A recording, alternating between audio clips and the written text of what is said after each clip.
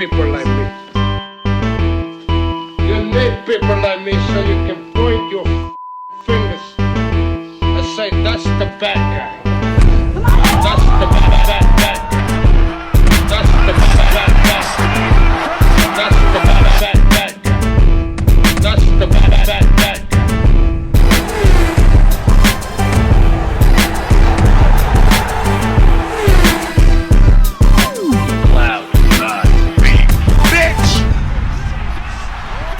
Welcome to the motherfucking relay. We're covering today's top boxing news. Ow!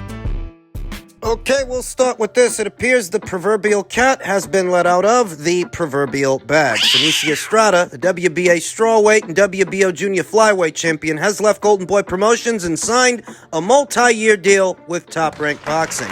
I kept the lid on this as long as I could, given the sensitive nature of the story, the fact that Seniesa was in the process of wriggling her way out of her Golden Boy Promotions situation to jump into bed with a different outfit, one that can accommodate her wants and desires as a multi-weight champion and a pound-for-pound fighter, i.e. money. Golden Boy Promotions just wasn't paying enough to play, and Seniesa Estrada knew she could take her talents elsewhere and get more money in the process. She had more than one suitor. It wasn't just Top Rank that was after Seniesa Estrada. Matchroom was as well, and I think most people were expecting Seniesa Estrada to migrate from Golden Boy over to Matchroom to stay on the DAZN platform. Twice told you guys in a build-up of this news that I think a lot of people are going to be surprised where Seniesa Estrada ends up, because Top Rank, at least in the past, they haven't exhibited the same commitment to growing the sport of women's boxing that Matchroom has. Matchroom has an entire stable, whereas Top Rank, they really only had Michaela Mayer under contract. Now they've got Seniesa Estrada. Seniesa Estrada, who says, it's awesome. It's like I'm excited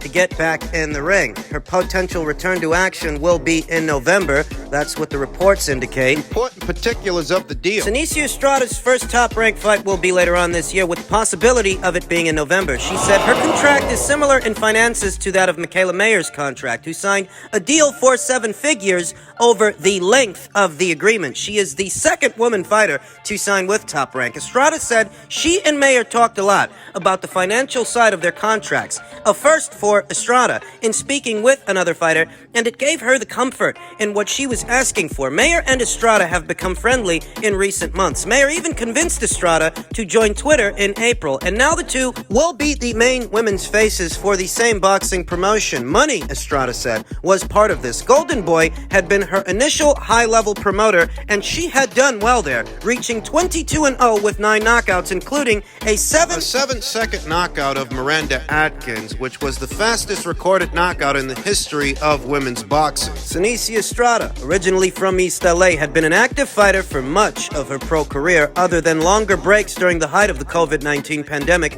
Estrada had hoped to be in the ring earlier this year. She was going to fight in August, but terms couldn't be agreed upon. Estrada said part of the reason for her departure from Golden Boy was, I wanted more money, what I felt I deserved. Estrada said she also spoke with Eddie Hearn at Matchroom Boxing when she sought a new promoter and almost went with the United Kingdom-based boxing promotion. Hearn had given her a competitive offer, Estrada said, and the chance to main event and co-main event on DAZN cards, but Estrada said the Top Rank offer made more sense. Made more sense for her. In part because of the platform her fights would be on due to the deal between Top Rank and ESPN. Just the whole platform-wise and exposure-wise would be so much better for me. So besides them giving me what I was happy with, Estrada said, yeah, I'm looking forward to that, and I'm excited about it. Estrada is also the rare women's fighter who has fought a 3-minute round fight as a professional. Her technical decision win over Marlene Esparza on November 2nd, 2019 was a 10-round, 3 minutes per round contest that was stopped. It was stopped due to a clash of heads, and Seniesa Estrada was up on the cards at the time of the stoppage. She won the fight. Hard to say there could be a second one. Hard to say that there could be a rematch, given that now Seniesa Estrada is over there on Top Rank and ESPN, whilst Marlene Esparza is still over there on the Golden Boy Promotions and DAZN side of things. Seniesa Estrada said Top Rank has told her she will often be the main event or co-main event on the cards she's on. She also offers the promotion another chance to build fights in East LA, where the number 6 pound-for-pound ranked fighter in ESPN's ratings is a draw, both because of her Mexican heritage and because she grew up in and still lives in the area. The 5'2" Seniesa Estrada has fought 17 of her fights in California. That's definitely something that they want. So I'm happy with that, Estrada said, especially in LA. They want to put on more shows here in LA, and knowing that I'm from here, they are hoping I can be able to sell. In LA, definitely, yeah, I would like to get the chance to show that. That would be great. Well, you know what they say, the West Coast is the best coast. Home of Hollywood actors and movie stars like Glenn Close. That rhymed. I want to say that I think Seniesa Estrada made the right choice. I want to say that this is more beneficial than people realize on the face of it. Now Top Rank has more than one female fighter in their stable, in their roster, boxing on ESPN, and that means that she's going to need opponents. Thus, you're going to see more faces fighting on a major platform. More female fighters, more female boxers getting out there and showing their shit, showing what they've got, raising the profile of the sport overall on what is the biggest sports network in this country. Seniesa Estrada's got it all. And if Golden Boy Promotions didn't want to fight hard enough to keep her, it's their loss, not hers. I have it on good authority she may not be leaving the minimum weight division just yet. I have it on good authority that Seniesa Estrada, before leaving the minimum weight division, she may be unifying titles with Germany's own Tina Ruprecht on her ring return in November. I have it on good authority. Senesia's top-ranked debut as a top-ranked fighter may take place on the undercard of Oscar Valdez's next fight. We'll see over time if that intel checks out. Seniesa Estrada versus Tina Ruprecht comparatively as a unification match, as opposed to Yo Castavalle versus Thi Nunyan. Yet another unification match set to happen very soon in the minimum weight division. Estrada versus Ruprecht is a better fight, a better unification match than Valle versus Thi Nunyan, mostly because Yo Castavalle, she's actually been beaten before. She was beaten by Tina Ruprecht, this division's longest reigning champion. There are no novices here, only experienced fighters, experienced champions, unlike Thi Nunyan, who only procured that WBO title in her last fight. She's only got a handful of fights overall. She hasn't fought since then. I'm just giving it to you straight. It's the only way I know how to give it to you. And while Valle versus Nunyan is a good fight, it is a good fight, Estrada versus Ruprecht is a better fight. Inside intel communicated to me suggests that could be who Seniesa faces in her top-ranked debut. And as stated, we'll see if that intel checks out. Though for now, I think Seniesa made the right move. I don't think most people expected her to go with Top Rank. I don't think most people expected the Top Rank would continue to sign female fighters. But you know what they say about boxing? Boxing, it's a theater of the unexpected. And just in keeping with the theme of all things Top Rank, a story that aligns with the previous story we just talked about, Mexican boxer Vaquero Navarrete says a fight could be given to him against Oscar Valdez, former WBC super featherweight champion, at the end of the year. People are asking for it, and it would be the bomb. A good fight. Would you like to see this? This news comes to us by way of Boxeo Telemundo's Instagram account. Bit of intel, bit of information that they posted to their social media some days ago. Didn't get the chance to address it then, though I'm addressing it here and now, and I have to tell you, as far as the aesthetic of a fight between Oscar Valdez, a hard-punching guy, an action guy, against another action guy, a pressure fighter in Emmanuel Navarrete. And as far as the aesthetic of a fight like this, it would be an all-action Mexican shootout. We know that some effort went into making an Emmanuel Navarrete versus Shakur Stevenson fight, but the story is the Emmanuel Navarrete people decided to go in a different direction. They decided to take on Baez. Eduardo Baez, who Emmanuel Navarrete is going to be defending his WBO title against next month on the 20th. That's the story. They wanted to do a Stevenson versus Navarrete fight, but the Navarrete people wanted to go in another direction. Provided they make it through the Eduardo Baez fight, we can anticipate that this fight might take place towards the end of this year. The proposed ring return of former WBC super featherweight champion Oscar Valdez, which coincidentally aligns with the top-ranked debut of Seniesa Estrada, which is supposed to take place in November of this year, later on. The rumors in reference to this potential fight seem to align with the proposed top-ranked debut, Seniesa Estrada. And you saw what the ESPN article said. They want Seniesa Estrada to stay an East LA-based fighter in order to stage cards out there where she has a following, where she's a local, and if she does end up making her top-ranked debut on an Oscar Valdez card as a co-main event, that would have to mean that Oscar Valdez versus Emmanuel Navarrete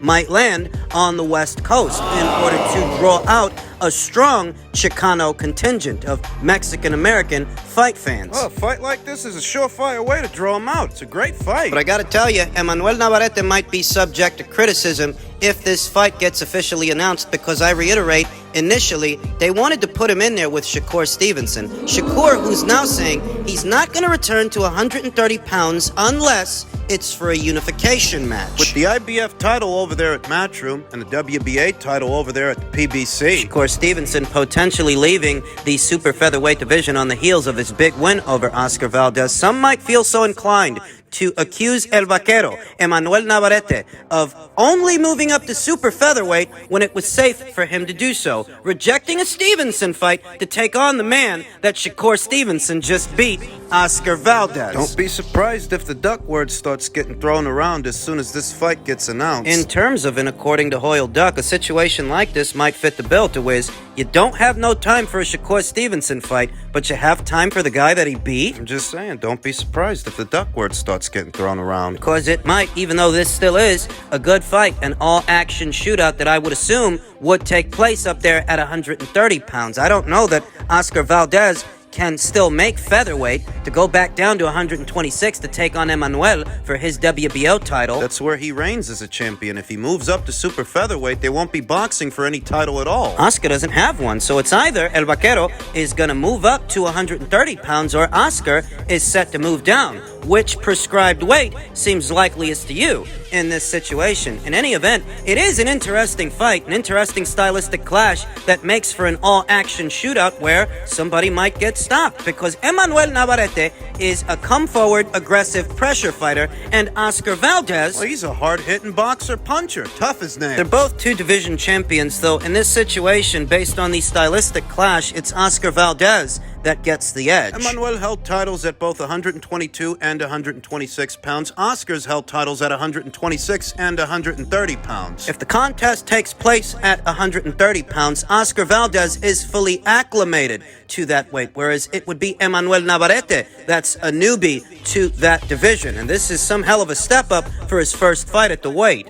Yet another story that is in some ways related to the previous story we just talked about, the sophisticated network of situations that all affect each other. Eddie Hearn has said that they're now considering Lee Wood's options as the WBA ruled a 75-25 split in favor of Leo Santa-Cruz. He being Lee Wood, won't get the payday that he deserves for that fight. So do we have another fight in September? Do we make the Josh Warrington fight? They might as well, because he won't make the money fighting Leo Santa-Cruz for the WBA title that he could make boxing Josh Warrington for his belt. The red belt, the IBF title. This goes back to what I told you guys before. I struggle with the idea that Leo Santa-Cruz and Lee Wood will actually share the ring. The problem is, Eddie Hearn says it's likely Josh Warrington has to face Luis Alberto Lopez in November. Risky fight for Warrington. Lopez is all action, can punch, and pulled off the upset on a few occasions. Lopez has to come through his August 20th run out against Yeson Vargas. Lopez versus Vargas is set to take place on the undercard of Navarrete versus Baez. Emmanuel Navarrete's next fight, his defense of the WBO title. Lopez versus Vargas is happening on the undercard of that main event. It's a top-rank affair. By all rights, Luis Lopez is a top-ranked fighter. A top-ranked fighter that could spoil the plans, Eddie Hearn's plans, to match his two boys, Josh Warrington and Lee Wood, against each other for the red belt. And I don't know if the IBF won't give Eddie Hearn and Josh Warrington some amnesty, it being that Luis Lopez is spoken for. He's got a fight coming up, so why can't Josh Warrington negotiate a fight right now? It's not like he can fight Luis Lopez right now, or the winner of Lopez versus Vargas. It has been some time since Josh Warrington got back out there recuperating from that broken jaw he suffered in the Kiko Martinez fight, the fight where he became a two-time featherweight champion. If the IBF can allow Errol Spence Jr. at welterweight all the wiggle room that he's got. Having not satisfied a mandatory for the IBF in approximately 4 years, the last mandatory Errol Spence Jr. satisfied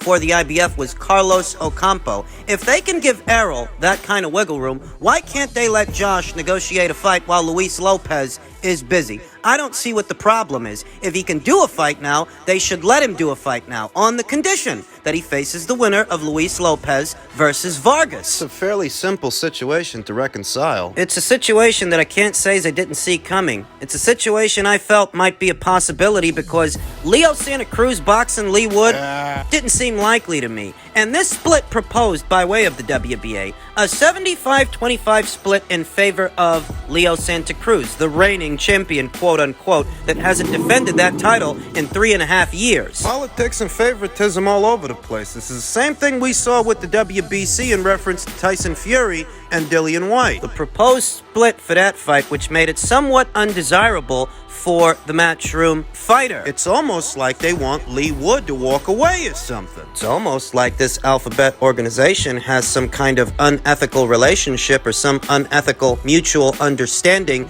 to help Leo Santa-Cruz continue to reign as this division's WBA champion, having not campaigned here in 3.5 years. By all rights, he should have lost that title a long time ago, and it feels a lot like, based on this split, what they want is for Lee Wood to walk away. Because if he does, Leo Santa-Cruz is off the hook. He doesn't have to fight Lee Wood, and this will no longer be a Matchroom versus PBC kind of deal. Matchroom versus PBC kind of situation. It's not even that I think Lee Wood stands a good chance of beating Leo Santa-Cruz or the other way around. Put simply, this is a situation that might force Leo Santa-Cruz to leave the island. it could if it goes to a purse bid, because if it goes to a purse bid, Matchroom might still decide to bid for the rights to the fight. It might end up being a Matchroom show. So how do you prevent that from happening? You collude with the WBA to give the other guy a shitty split. Give him a split to where he don't want to fight no more. He decides to walk away. Because if the guy knows there's a chance he can make more money boxing for another title against another champion, in all likelihood, that's what he's going to do. Leo Santa-Cruz is scot-free after that. He's off the hook. It's not that PBC fighters don't sometimes leave the island. Marcus Brown did, got the shit beat out of him. It's that they're champions. They're very protective of their belt holders, and that's what Leo Santa-Cruz is. They've got some guys that they're willing to send out. Expendable fighters like John Molina and Felix Diaz, both of which went over from PBC to Top Rank in order to box Terrence Crawford. Andy Ruiz, he was allowed to cross over to box Anthony Joshua. More recently, Marcus Brown was allowed to cross over to box Artur Beterbiev. They've got a couple of guys they're willing to send out, But not belt holders, not champions, not guys like Leo Santa-Cruz. they don't want their champions crossing the street under any circumstances, even if they stand a good chance of winning. Experience would have to go to Leo Santa-Cruz in a Lee Wood fight. Better or worse, Leo Santa-Cruz is a 4-division champion after all. Lee Wood was knocked down in the early goings of his fight with Mick Conlon. Mick Conlon, he's a skilled guy, but he's not a heavy-handed guy. He's not a big puncher. Just not described as being one of the bigger punchers at featherweight. Essentially what I'm getting at is, even in a situation where Leo Santa-Cruz stands a good chance of keeping his belt, they still won't send him out. They still won't. They'll do whatever they gotta do and collude with whoever they've gotta collude with, so he stays put. I can't say I'm surprised.